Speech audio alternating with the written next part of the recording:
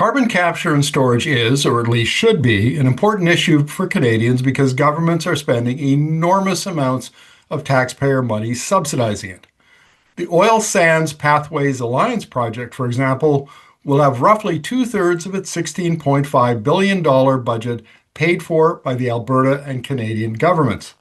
And that's to capture only 10 megatons to 12 megatons per year of the oil sands' 86 megatons per year emissions.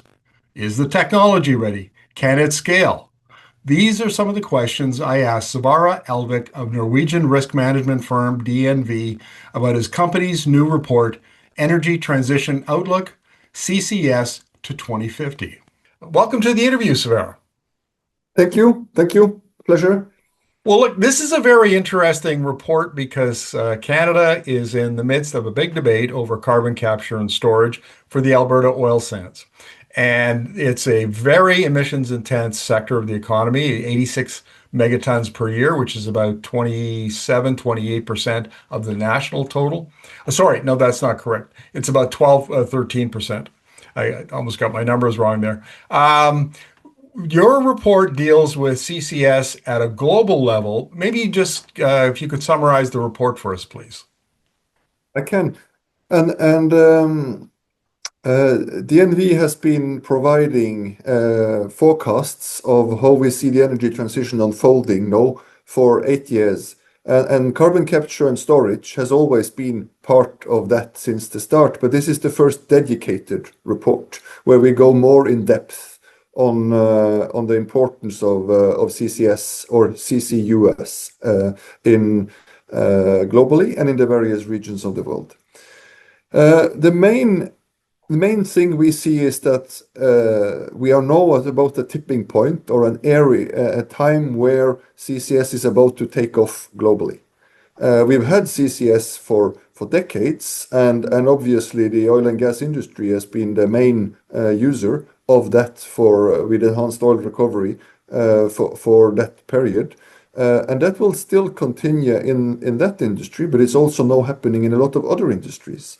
And it's moving beyond North America, which is the current leader, also into more first offs and more uptake in other parts of the world.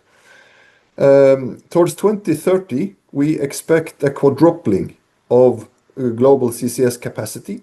And that is really sort of a step change from the pace we have had now for the last decades. And then after that, the growth will continue, but then we will see more and more into new areas. CCS is a major undertaking in sectors like manufacturing, cement, petrochemicals, and others, where there are no other options for decarbonization, or few other options for decarbonization. And that's areas where CCS are likely to dominate in the long term. And then on a very long term, CCS is also interesting from negative emission technologies. Globally, we have CCS, which is about 50 million ton a year today. That will grow to around 200 ton by 2030 and 1,300 ton by mid-century.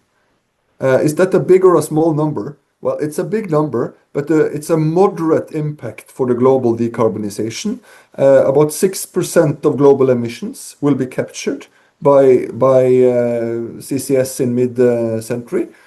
And to put that in a perspective, it's about maybe the same importance as nuclear for the global decarbonization. It's less than solar and wind, but is more than many other technologies and maybe about the same size as nuclear. Sverra, I'm interested in the cost and the state of the technology because a couple of years ago, I interviewed an engineering firm in Alberta that was working on CCS, and he told me that it needs a carbon price of about $200 a ton to be economic. And the carbon price today is only $95, which is why governments are providing subsidies for the oil sands. But I've seen other estimates that are at like $300 a ton, $350 a ton. And there's still a lot of concern that the technology can't scale enough, that every application will be a custom engineered project, and that will prevent, learning curves and efficiencies and economies of scale. What's your take on that? Yeah, first, the present cost of CCS varies significantly with both sector and region. And some sectors, especially those with very high CO2 concentration, would typically have much lower costs than those with very low concentration of the CCS in the exhaust gas, for example, where you need to have much more exhaust through the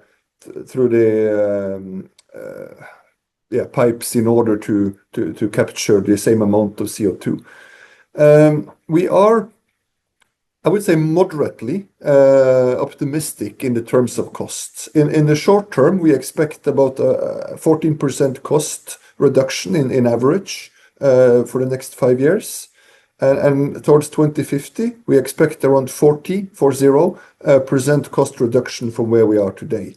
And as I said, where we are today varies a lot from maybe $60 to $300, and all of those values will in average sort of decrease with about 40% going forward. Technology as such is the one that decreases. There's also other things like energy going into this. There's man-hour costs and other things, which obviously has much lower or no decrease at all. So the average decrease is 40%. One of the criticisms of CCS is that it's never lived up to its billing. And what I mean by that is, for instance, next door in Saskatchewan, they installed a CCS on the Boundary Dam, which was coal-fired, and hoped to get up to 80-90% capture. Didn't happen. The number was much, much lower, and the capital costs were much higher than they thought. The Quest project in Alberta captures 1.2 to 1.4 megatons a year, but the percentage that it captures is still quite low. It's not anywhere close to 90%. And there's a lot of skepticism that the 85-90% target that is usually bandied around for CCS is probably not going to be reached. And I just wondered if your report addressed that. To some extent, we do, and we agree that there are sort of this is expectation management from the constructors and the owners of these plants, and it's very easy when you want to have a FID or other things to go out with nice promises, and we have to be realistic. I mean, there are many plants where probably the promised capture rate should be taken down in order to have a realistic view, because the industry doesn't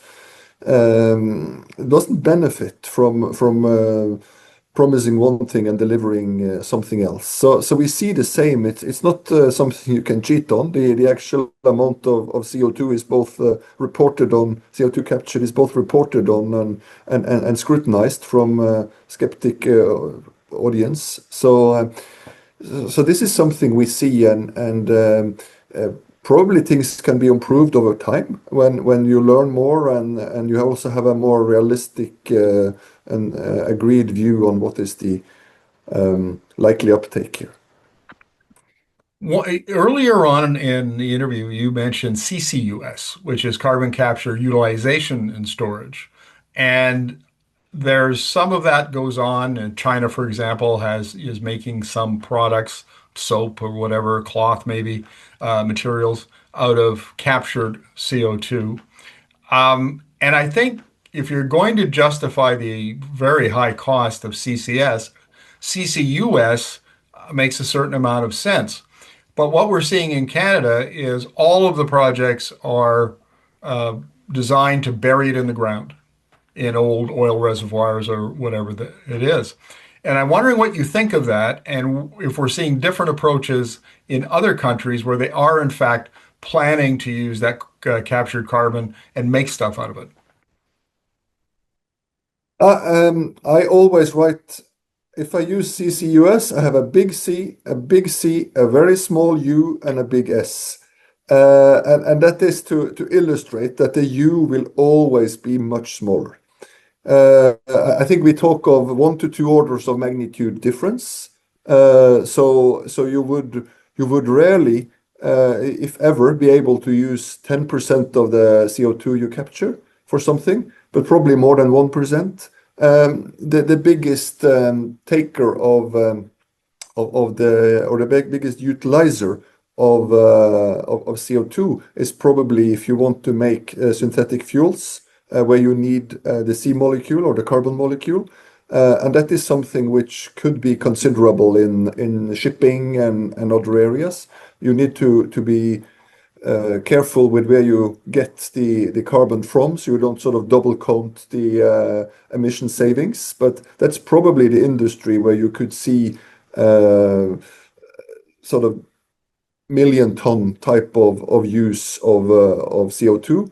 Apart from that, we will talk of very small volumes. But of course, it's an attractive selling point to try to say that you could use the CO2 for something, and you can, but only a very small share of it.